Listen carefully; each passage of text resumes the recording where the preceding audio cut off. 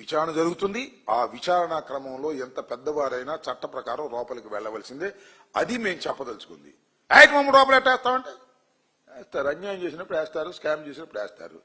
అది 15 సంవత్సరాలు నువ్వు అక్కడే ఉంటానన్నావు, నీదే అధికారం అన్నావు కదా, మేము రానియం జగన్మోహన్ రెడ్డి అంటున్నావు.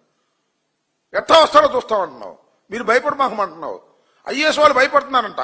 ఎందుకు భయపడతారు వాళ్ళు మాత్రం? నాకు అర్థం కాలేదు. తప్పు చేయకోకుండా తప్పు చేయమంటే వాళ్ళు చేయట్లేదు అనమాట కొంతమంది. అందుకని వాళ్ళు నాన్ ఫోకల్ పోస్టుకు పోతారు, ఎక్కడో పాపం మూలన వేస్తారు. ఎవడైతే అడ్డుగోలుగా సంతకం పెడతారో వాళ్ళు తీసుకొచ్చి పెట్టుకుంటున్నారు.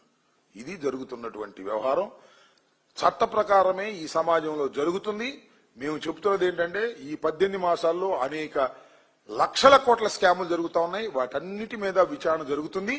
వాటన్నిటినీ కూడా విచారించి చట్ట ప్రకారంగా ఎవరినైనా సరే శిక్షించడం జరుగుతుంది అనేది విస్పష్టం. దానికి కంగారు పెడితే వాళ్ళ కర్మ, మనం ఏం చేయగలిగింది లేదు.